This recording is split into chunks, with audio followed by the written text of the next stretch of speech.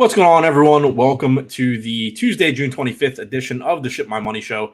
I'm your host, Adam Scherer. You can follow me on Twitter at ShipMyMoney DFS. We have a huge 12-game MLB slate today to walk through. Weather looks kind of shitty in some spots, so that could be an issue as well. It looks like we have to pay the most attention to Cincinnati, where the Pirates are playing the Reds.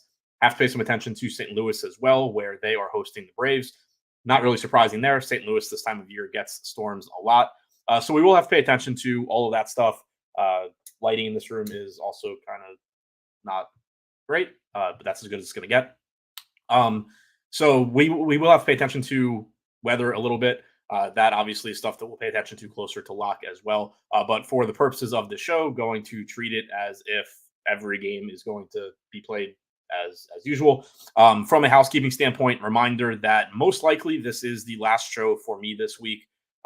Possibly back by the end of the week, but not counting on it. I will tweet and let everyone know if that changes. Obviously, I'll also schedule a show if that changes. So subscribe to the channel, turn on notifications, all of that. But most likely won't be back until Monday.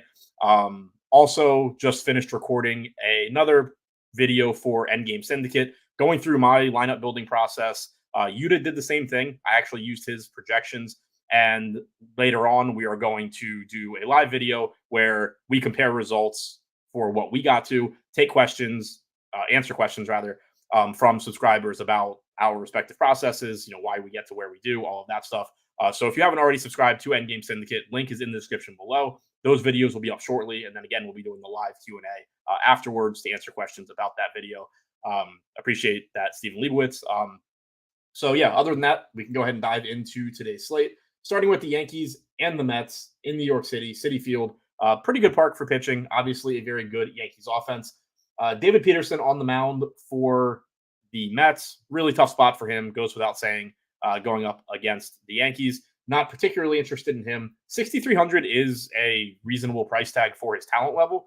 He's not a bad pitcher, but this is just an example of it being a 12-game slate. You have 24 pitchers to choose from. I don't really think that we need to prioritize taking the one that is pitching against the Yankees. On the other side, Garrett Cole, 9,200. Not a great strikeout matchup. I think it's really difficult to get to him here. There is some chance that he ends up being like a really good play, because if the Yankees were to just say, go throw 100 pitches, then this is like the cheapest price point you'll ever get on Garrett Cole throwing 100 pitches. But he threw 62 pitches in his first start of the season against the Orioles. He had thrown like 69, I think it was, in his final rehab start. So it was really weird to see him pulled after 62 pitches. The fact he threw 69 in that rehab start does open the door, I think, for maybe a little bit bigger jump here than you would normally get in pitch count. But even if you're calling it, let's say, like 85 pitches for Garrett Cole on a 12-game slate, I think it's going to be tough to really want to prioritize him. He's projected for about 7.5% ownership. I think that's very reasonable. Like if you're playing 150 lineups, I probably would want more than like 0%, just because there is that small chance that he does throw like 90, 95 pitches. But for the most part, I don't really want to get to him just because of how limited he was in his last start. Dante said, does your process differ much with the top heavy Millie tonight? I know we don't get many for MLB, so I was just wondering. I mean, I'm not playing it. I hadn't been paying attention if there were satellites for it. I'm not direct buying a 3K. My process would change in the way that I play it, just because it's a smaller field tournament than I generally play. But yeah, I'm not playing it. I'm not from like a, bankroll management standpoint or contest selection standpoint. I sometimes will chase those, high buy-in millies, but more so in like NFL. I'm not on a baseball slate. So I'm just not playing it, but the way you play it would change from large field, just because it's like a 1,000 entry contest. So, ownership is going to be more concentrated on the best plays, and your strategy should change a bit. Offensively, I wouldn't anticipate getting to a ton of this game. The park, again, not great for offense. The Yankees, of course, are great offensively. We can see neither team really showing up as a priority stack-wise. Aaron Judge against the lefty goes without saying. If you can fit him into your lineup, that's perfectly fine. Juan Soto, lefty, doesn't matter. He's still really good. Volpe, reasonably priced at 4,600, but you can see pretty much around 5% ownership across the board for the Yankees. A little bit more on Aaron Judge. But yeah, just kind of look like a secondary team because of how talented they are. The Mets on the other side are more difficult to get to because it is, of course, a very tough matchup with Garrett Cole for whatever pitches he's out there for. And then you get, the Yankees bullpen behind them. So more interested in the Yankees than the Mets, but overall not particularly interested in either one of these teams offensively. Next, we get a really good park for hitting. We do have weather concerns, as I mentioned. Cincinnati hosting the Pittsburgh Pirates. Mitch Keller is pitching for Pittsburgh. Hunter Green pitching for the Reds. Not a lot of ownership coming into Mitch Keller right now. I do think he's going a little bit under-owned, but still doesn't look like a priority. Around a 10% chance of being optimal, only projected for 2 to 3% ownership. Normally, when I see something like that in the morning, the actual answer is that Mitch Keller is actually going to be like 8 or 9 or 10% owned. But if that ownership does hold later in the day and weather cooperates, then yeah, kind of interesting as a contrarian play, but still not a huge priority. There are strikeouts in this Reds lineup, 26.5% K percentage this year on their active roster against right-handed pitching, only a 91 WRC plus. Keller is an okay strikeout pitcher, 21.8% K percentage, 3.92 xFIP. But again, there's just so many pitchers on this slate that he's not a priority. On the other side, Hunter Green does look like a priority at 8,600, projected for 33% ownership, showing up as optimal around 22% of the time for me. Pretty good matchup against the Pirates. They rank 7th in strikeout percentage against right-handed pitching this season, or 8th rather, 23.7% K percentage. Only an 84 WRC plus is very bad. It's rivaling the White Sox and the Marlins and the Rockies for the worst in baseball. Green is a good strikeout pitcher for the season, striking out 26.5% of hitters, 4.22 xFIP, does walk 10% of hitters, which obviously isn't ideal, but had only 8,600 in a good matchup.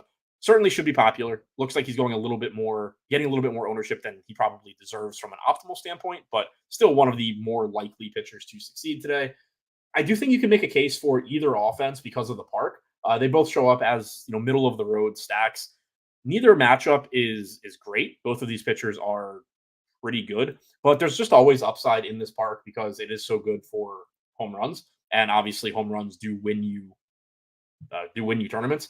Not a lot of ownership coming in here. Jonathan India getting the most, and along with Ellie De La Cruz at around 11%.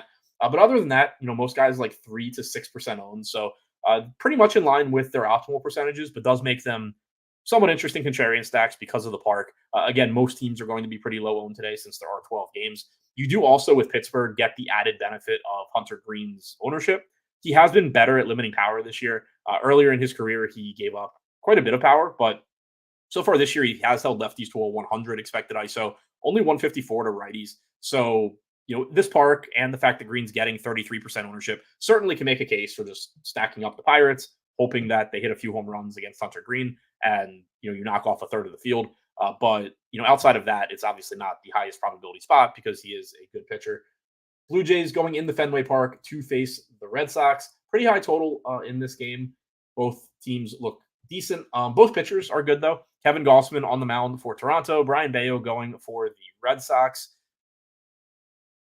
They're both fine. Neither one's getting a lot of ownership. I don't think either one really should. Gausman getting about 9% ownership, shows up as optimal about 10% of the time for me. It is a tough matchup against Boston. They are a good team offensively. His strikeout numbers are also down this year. That's partly because he started the season out really slowly, but 23% K percentage overall.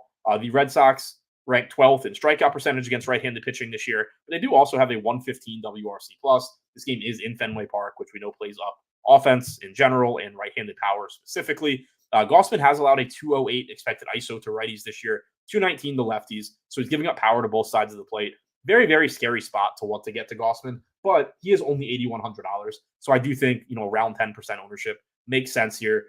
It's you can name whatever concerns you have about Gausman, the lower strikeout percentage, the amount of power he's given up, and all of that's fine. But you do also have to notice and pay attention to the fact that he is not priced like Kevin Gausman from last year or the year before. So once that price comes down, he's being treated more as the pitcher he's been this season, and you can start to just kind of go back to playing him. If he were 9,800, then you should very much be harping on the fact that he is not or has not been the same pitcher this year.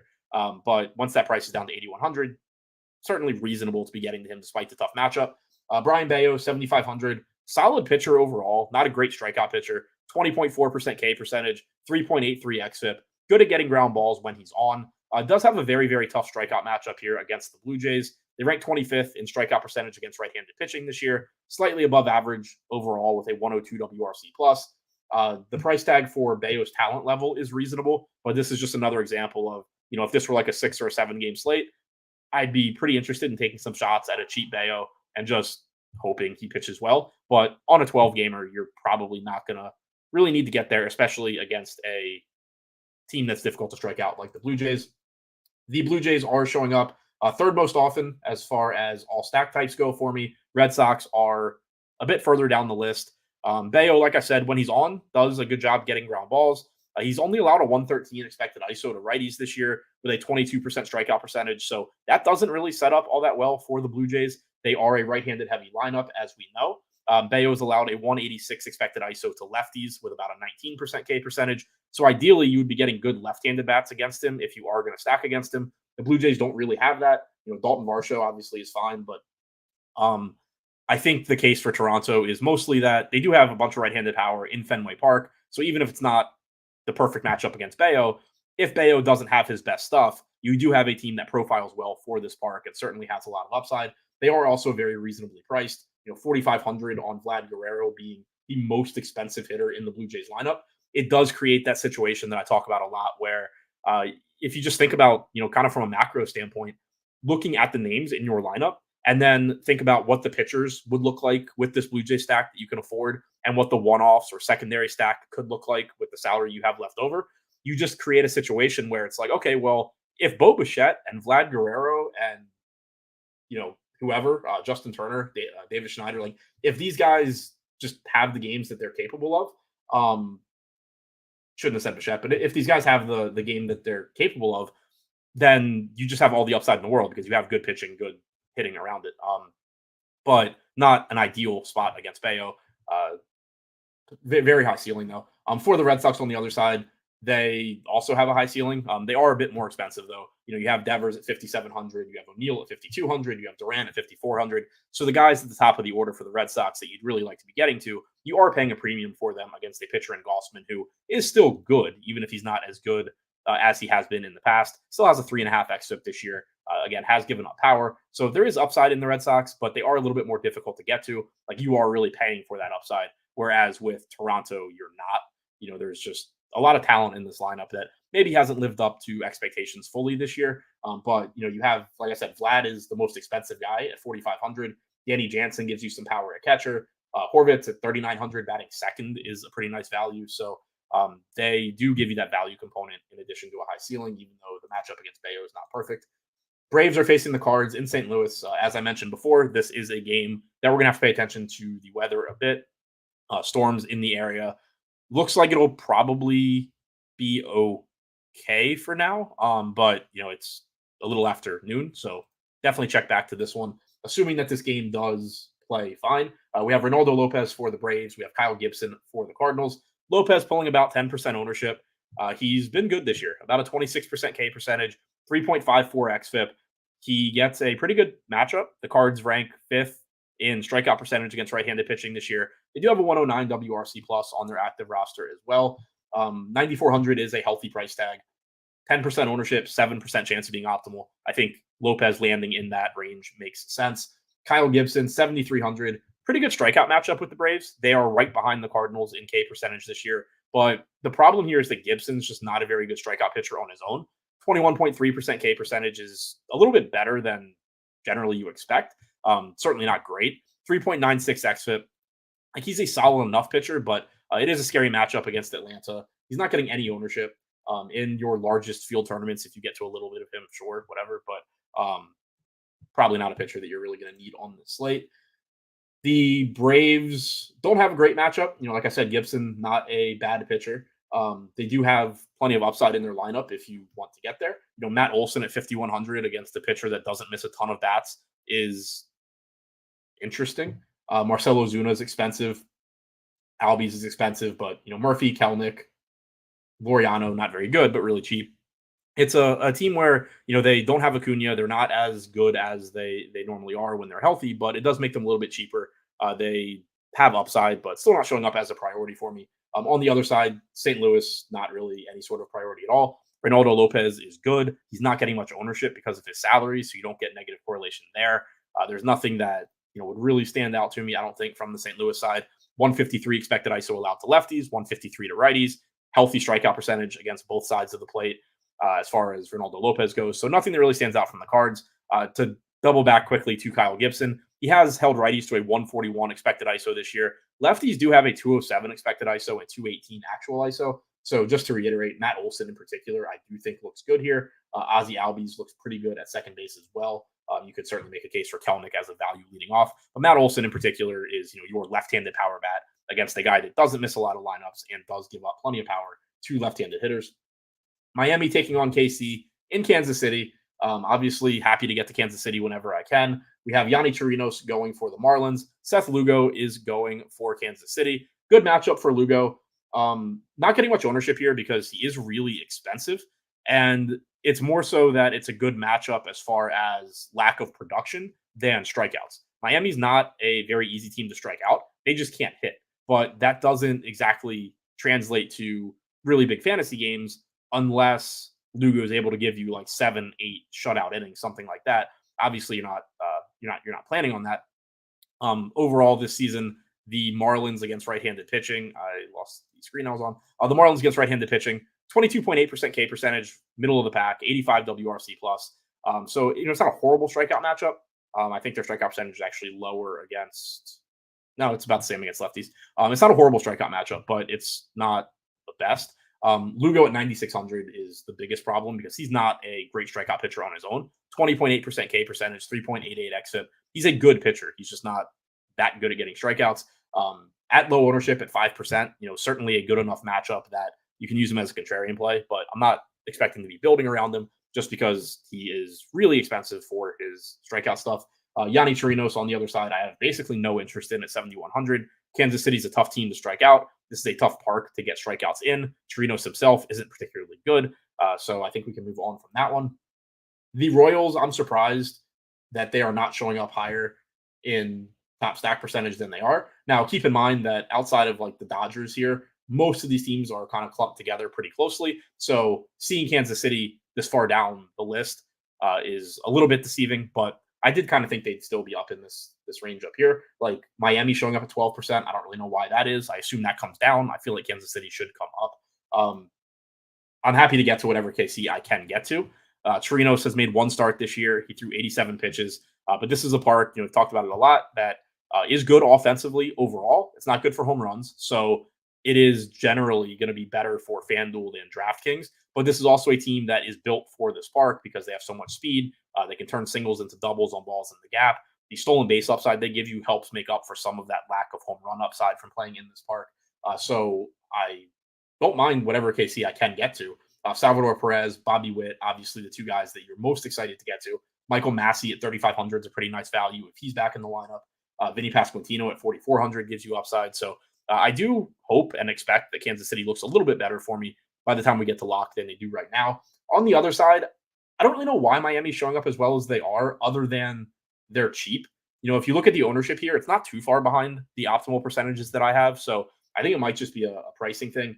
Jake Berger at 3,300 does give you power at a very cheap price tag in a park that's good for offense. De La Cruz is only 3,200.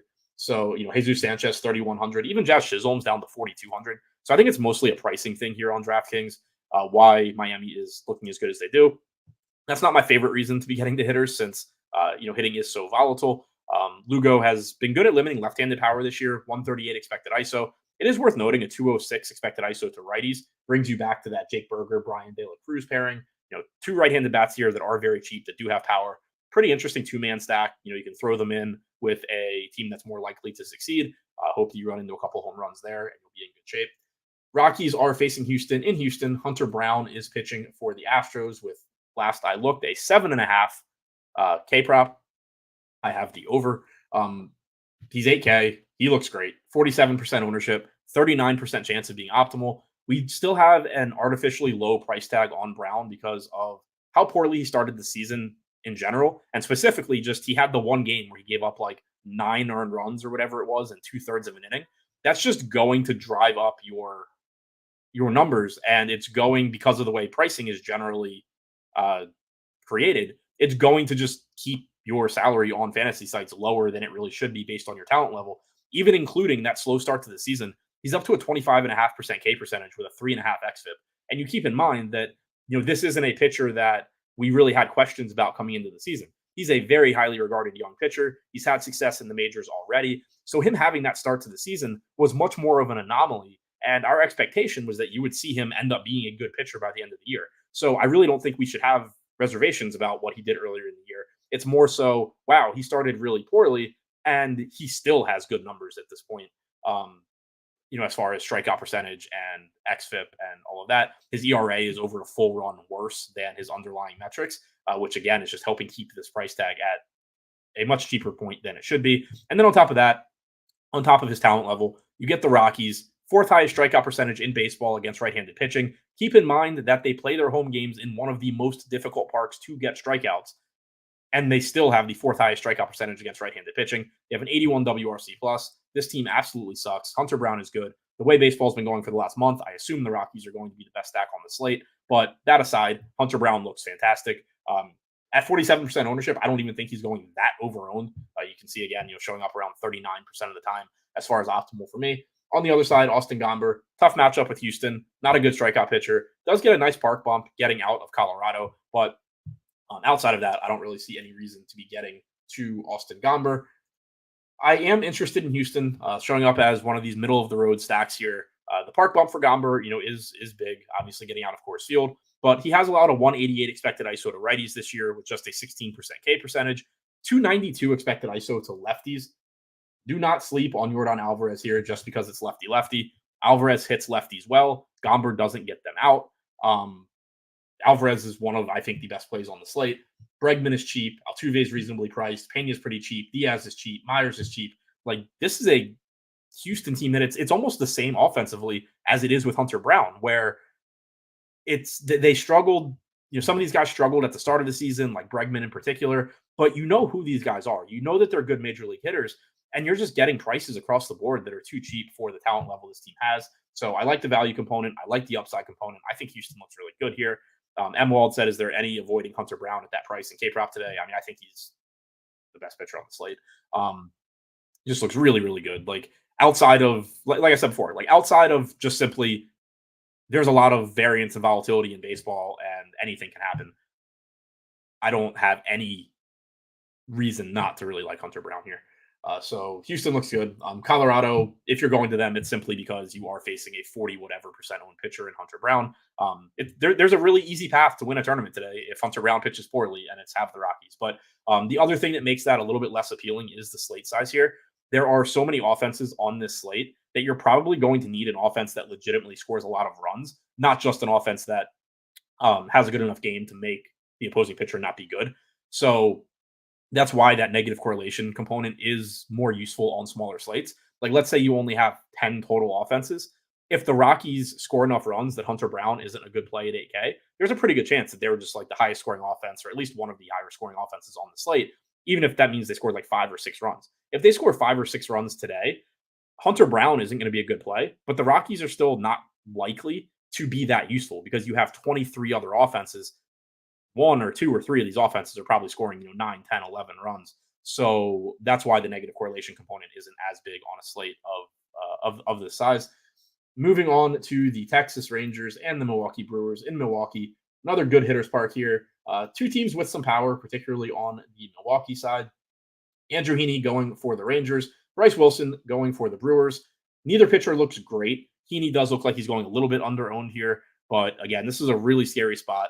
22.6% K percentage, 4.09 xFIP, 1.36 home runs per 9 so far this season.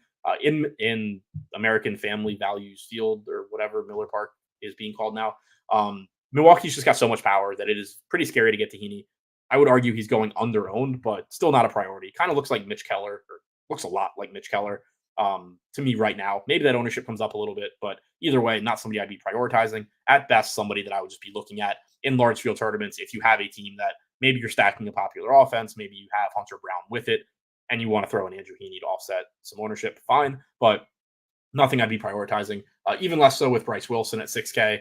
Not much in the way of strikeout upside there. 19% K percentage, 4.72 xFIP, 1.59 home runs allowed per 9 innings this year. This is a game where I'm just mostly going to be interested in the offenses. I am very surprised that Milwaukee is not showing up better than they are. Texas showing up second most often for stacks for me right now.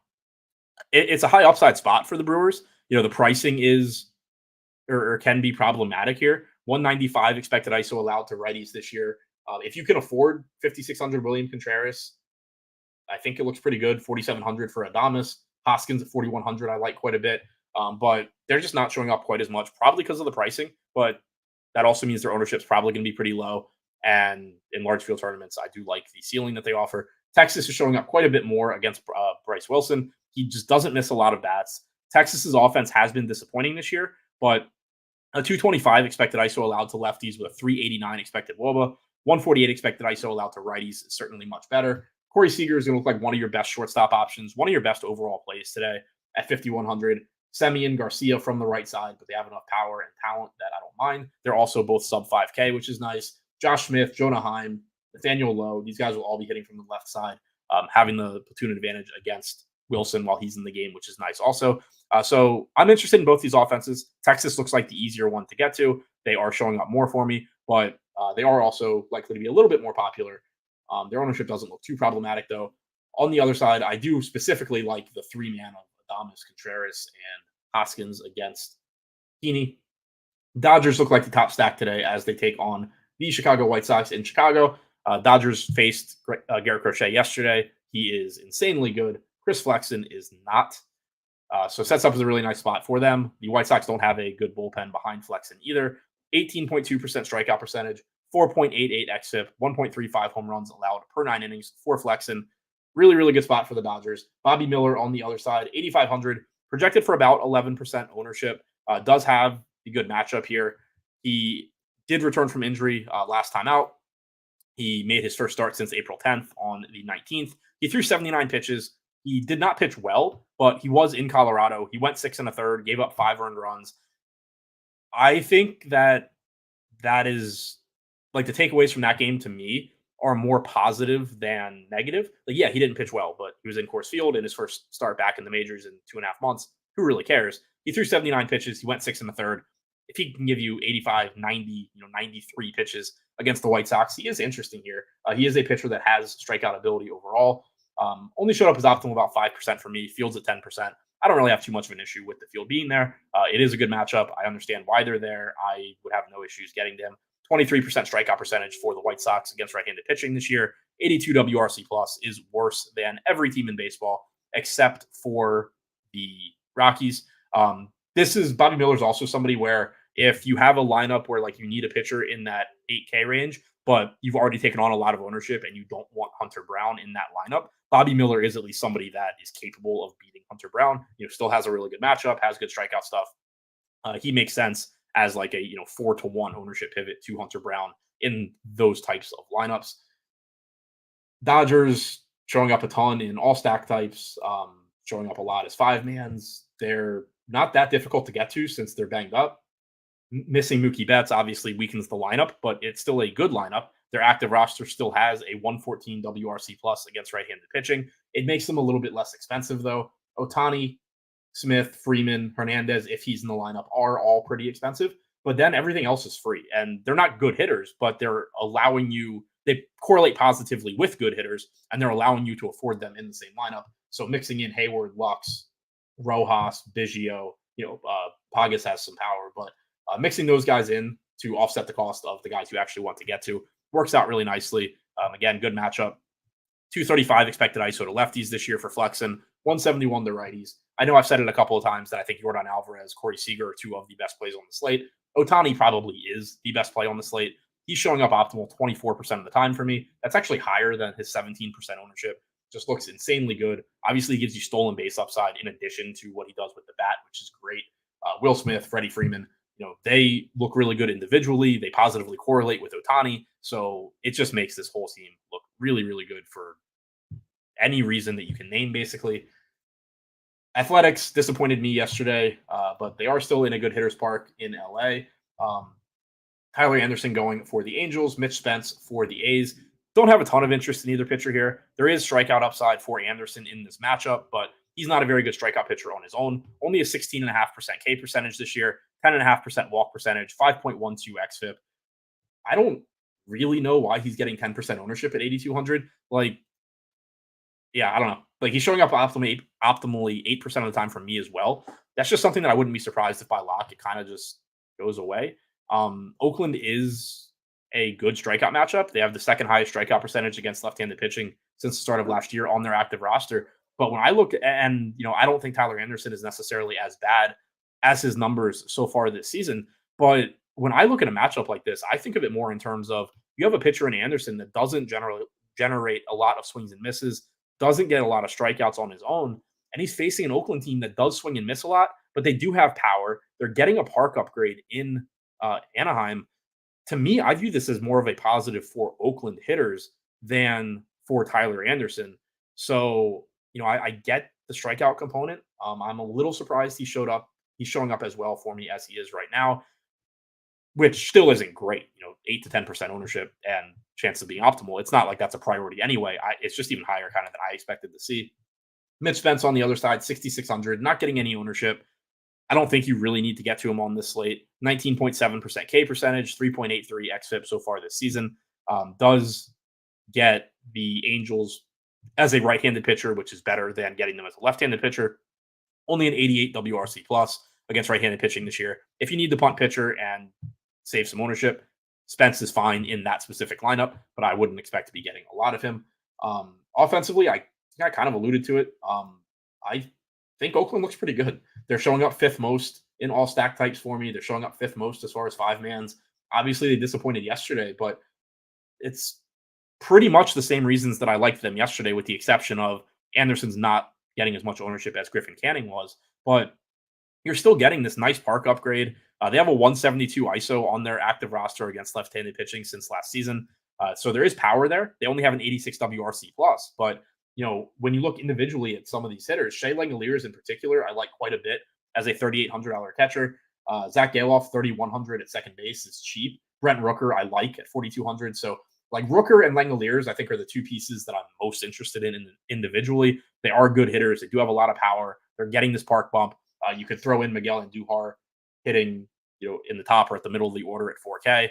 Anderson has allowed a 181 expected ISO to right-handed hitters this year. So maybe mini stacking Oakland is kind of going to be the preferred option. Get to a primary stack like the Dodgers, for example, and then instead of Will Smith, save a little bit of money. You have Shea Langoliers. You throw Brent Rooker in as an outfielder. You have two 5% owned, high upside, pretty inexpensive bats. Not a bad approach, I don't think. You could, 5-man stack them as well, but singling those guys out, again, probably some Andujar in there as well, makes a lot of sense to me. Angels on the other side, it is a good park. They're just not a very good offense. They are pretty cheap. Rengifo gives you stolen base upside as well as some power at 4,300. He did lose second base eligibility, though, which makes him less valuable. Taylor Ward at 4K is fine, but there's no shortage of outfielders on a 12-game slate. There's just going to be a million good outfield plays. Logan O'Hoppe at 4K looks okay, but I would prefer Langoliers, all things equal. So I do like the A's a little bit more than the Angels here. Did not mean to remove them. Minnesota facing the Diamondbacks in Arizona. But before I get to that, a reminder, if you have not already subscribed to Endgame Syndicate, use the link in the description below. Yuta and I will have a video out shortly detailing our exact processes. I already have a couple videos out talking about my process more generally as well. We have videos up from Brick talking about how to build your own projections and ownership projections.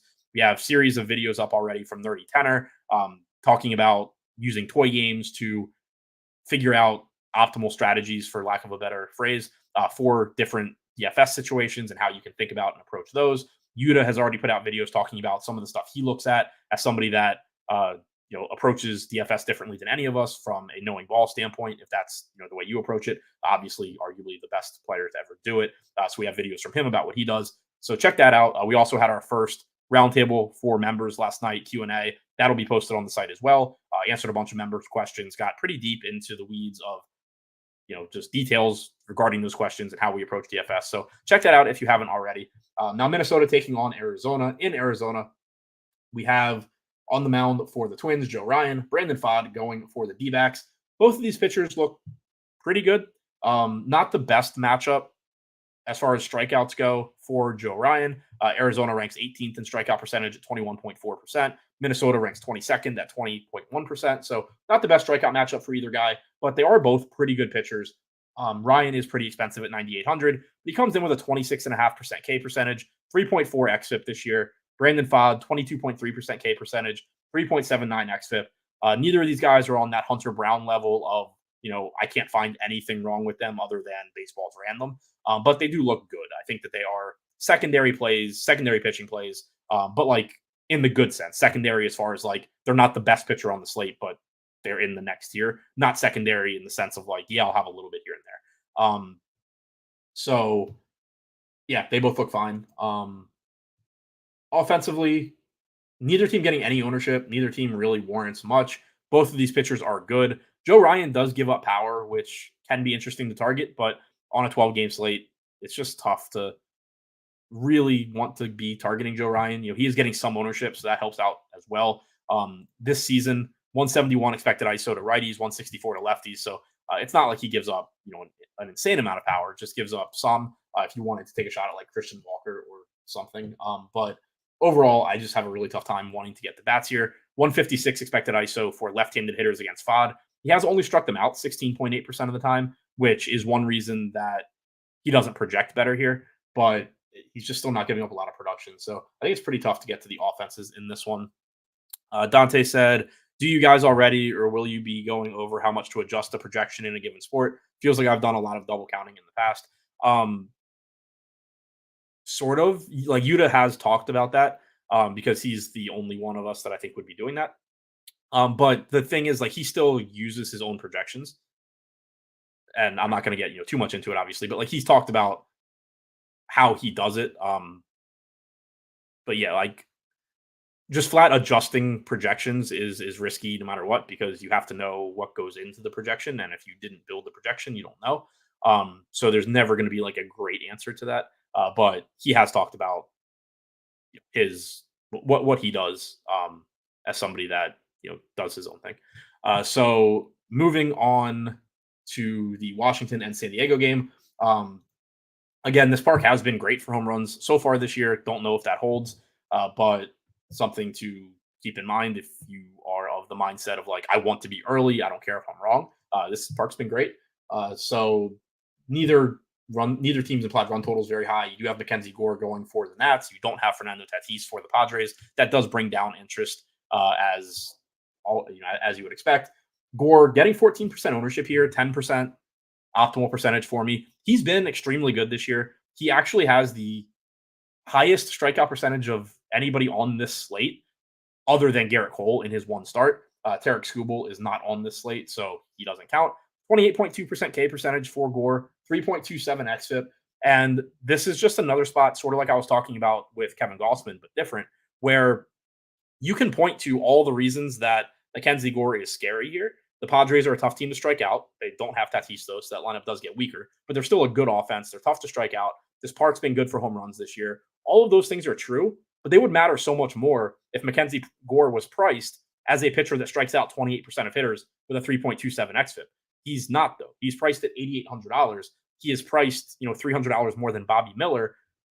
Not as a knock on Bobby Miller, but like Bobby Miller has not done this year anything close to Mackenzie Gore because he's been hurt for most of the year. So you have to keep all of that in mind, that Gore, whatever concerns you have about this matchup with the Padres are valid, but especially from an upside standpoint, it's kind of moot because Mackenzie Gore is not priced the way someone as talented as him should be priced. So as a result, you get 14% ownership despite the tough matchup with the Padres. I think he looks fine. I would throw him in that bucket with like Joe Ryan and Brandon Pfaadt as good secondary plays, not Hunter Brown type guys, not Hunter Green type guys if that weather cooperates, but a step behind them. Mazer on the other side, 8,200. I have basically no interest there. Neither offense is showing up much. Wouldn't really expect them to. Individually, CJ Abrams gives you a very high upside shortstop play, probably going a little bit under owned, but he is 5,900. He is extremely good, gives you stolen base upside, all of that. Keibert Ruiz, cheap catcher option at 3,300. Never mind getting there. But overall, this isn't a game where I anticipate getting too much of anything outside of probably some Mackenzie Gore. John Warner said knowing ball is in the projection. Yuta has Sims in his head. So, he does his own thing. Finally, we have the Cubs taking on the San Francisco Giants in San Francisco. So a park that does downplay power quite a bit. For the Cubs, we have Kyle Hendricks. For the Giants, we have, I believe, Carson Wisenhunt. This one might be up in the air still, trying to pull up DraftKings. So they have him as probable now. Also, I don't really have interest in pitching here. Wisenhunt, 7K. Hendricks is 5,600. Hendricks, you could argue is going a little bit under-owned just because of how cheap he is, but he's not a good strikeout pitcher. He's not a particularly good pitcher at all. There's enough good pitching on the slate that I don't think that you really need to get there. Carson Wisenhunt, looking at FanGraphs, they had him preseason as the 100th overall prospect in baseball. Looks like he has a very, very, very, very good changeup. Left-handed pitcher, 23 years old, 15 starts at AAA this year, 29.9% K percentage, 12% walk percentage, obviously higher than you'd like to see. Steamer projects him for about a 21.8, so about a 22% strikeout percentage going forward in the majors. So like he's got the ability to get strikeouts. He's showing up optimal 5% of the time for me at 7K. I don't think he ends up looking like any sort of a priority here, though. The fact that he walks so many guys at AAA is concerning. Obviously, it's easier to get strikeouts when you're working ahead in counts. If you're walking a lot of guys, also you're driving up your pitch count. So there are pretty big reasons to think that strikeout percentage in the majors comes down quite a bit the way it's projected to, even though he does have a really good changeup according to a scouting report. Definitely somebody keep an eye on, at least. Does appear to be talented.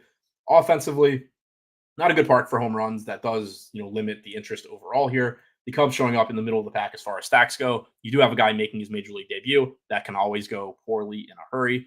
But it is also tough to really prioritize teams in this park. Nico Horner at 4K is pretty favorably priced, has the platoon advantage against the starter. Second base, not the best position. Morel has power. Bellinger obviously has power in the lefty-lefty matchup. So those guys at the top, Horner, Morel, Bellinger, I don't mind getting to. David Bodie is free if you just need to punt a position. But overall, I don't think either offense looks great here just because this park is not very good for hitting. So to recap, pitching priorities today, Hunter Brown is pretty clearly at the top, followed by Hunter Green.